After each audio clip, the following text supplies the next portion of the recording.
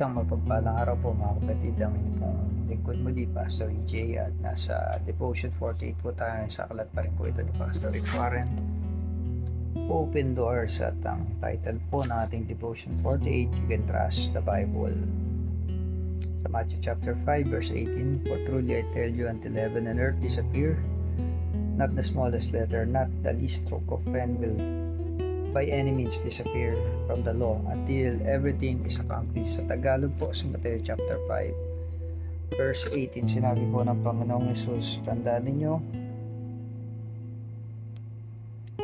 na magwawakas ang langit at ang lupa, ngunit ang kalit-liit ang bahagi ng kautusan ay di mawala ng bisa hanggat hindi nagaganap ang lahat. Tayo po ay pinapala ng salita ng Diyos, mga kapatid.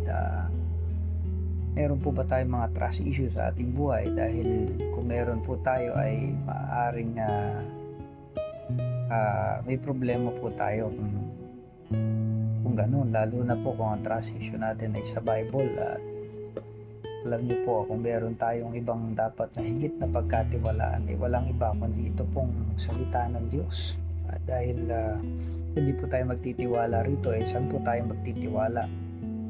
Walang ibang guidance na pwedeng mag-guide po sa atin na katulad po ng Bible. Kung ang pagtitiwalaan po natin ay yung ating sarili lang o yung opinion ng ibang tao, baka po maligaw po tayo, mawalan tayo ng tunay na kagalakan na nanggagaling sa pagsunod sa ating Panginoon.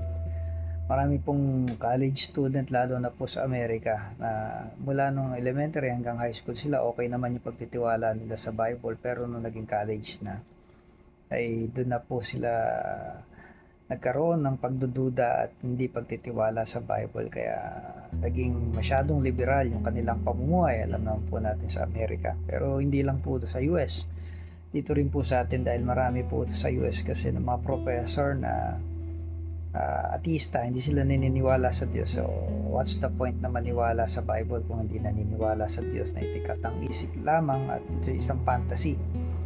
Pero tayo po ng mga mananampalataya, dapat isang tabi po natin trust issue pagdating po sa paniniwala sa Bible.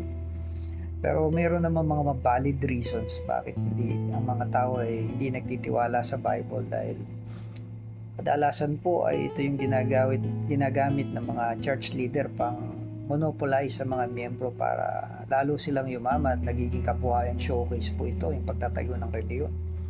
Pero po si Jesus hindi siya nagtayo ng religion, never. Kasi ang reliyon po ay gawa lang naman talaga po ng tao yan. Ang tinatag po ni Jesus ay yung kaharian ng Diyos.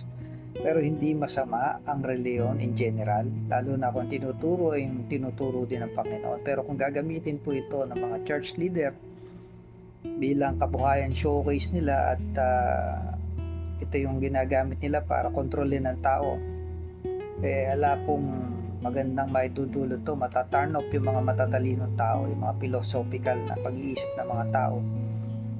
Kaya maganda rin na malaman po natin yung perspektibo ng Panginoong Hesus when it comes to His Word. Kaya ang sabi niya dito, yung kautusan o kasulatan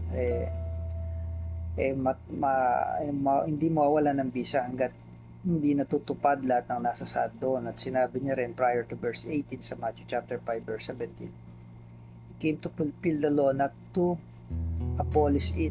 Naparito siya upang sundin ang kautusan, hindi upang pawalang bisa ang kasulatan, dahil ang kasulatan ay siya lamang yung pwedeng tumupad po lahat niyan. Lahat ng nire-required po ng kautusan ay si Jesus lang yung pwedeng makasunod niyan. Yung Ten Commandments, yung mga ceremonial law, wala pong nakasunod dyan si Jesus lang po. Kaya tinupad yan ng Panginoon dahil walang kayang tumupad, at ginawa niya yon para sa lahat ng mananalig sa Kanya. Kung manalig tayo sa Panginoon, ay natupad na rin natin kung ano sinasabi ng kautusan in behalf of Jesus' finished work on the cross. Yun po kasi yung ultimate requirement ng law. The penalty of sin is death. Kaya hindi lang death physically, kundi spiritual death and second death kapag patuloy tayong nahiwalay sa Panginoon.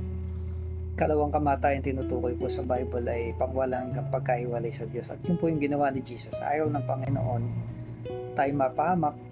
Kaya kailangan magtiwala po tayo sa Bible. Kung nagtitiwala tayo sa Panginoon, magtiwala rin po tayo sa Kanyang salita. Kaya napakalaga pong magtiwala sa sinasabi po ng Bible. Ito yung pwede nating ilagak ng buong buo yung ating sarili. Hindi ko po sinabi sa reliyon, kundi sa salita ng Diyos, kasi personal po dapat ito na tayo po ay ginagabayan lang ng pastor, pero walang authority ang pastor sa buhay ng sino man. Ginagamit lang din siyang tuntungan ng Panginoon. Ang Bible po ang may authority sa atin. At yung Holy Spirit, siya yung nagpapaliwanag po nito. Kaya minsan tinanong si Charles Spurgeon, anong mahalaga, prayer o pagbabasa ng Bible? Sinagot naman ni Charles Spurgeon ng tanong din, ang mahalaga, ano mahalaga, yung pag-inhale o pag-exhale? Ang pagbabasa po ng Bible ay parang nag-i-inhale tayo, at ang prayer naman ay parang tayo nag-exhale. So parehas po mahalaga yan. Ito yung buhay ng isang mananampalataya. Kaya magtiwala po tayo sa salita ng Diyos, at regardless of the issue at controversy sa Bible, dahil iba-ibang paninindigan, kahit yung mga church people, church leader, may iba-ibang interpretasyon po dyan sa Bible. Ang iba naniniwala na okay lang yung same-sex marriage, iba naman hindi, katulad ko. Iba-iba po kaya nagkaroon ng maraming reliyon, pero ang Bible po ay Bible pa rin. Hindi, ang tao nagkakamali, pero ang Bible never. Kaya maraming reliyon. Kaya meron ding nagsasabing sila full gospel, iba naman half gospel lang.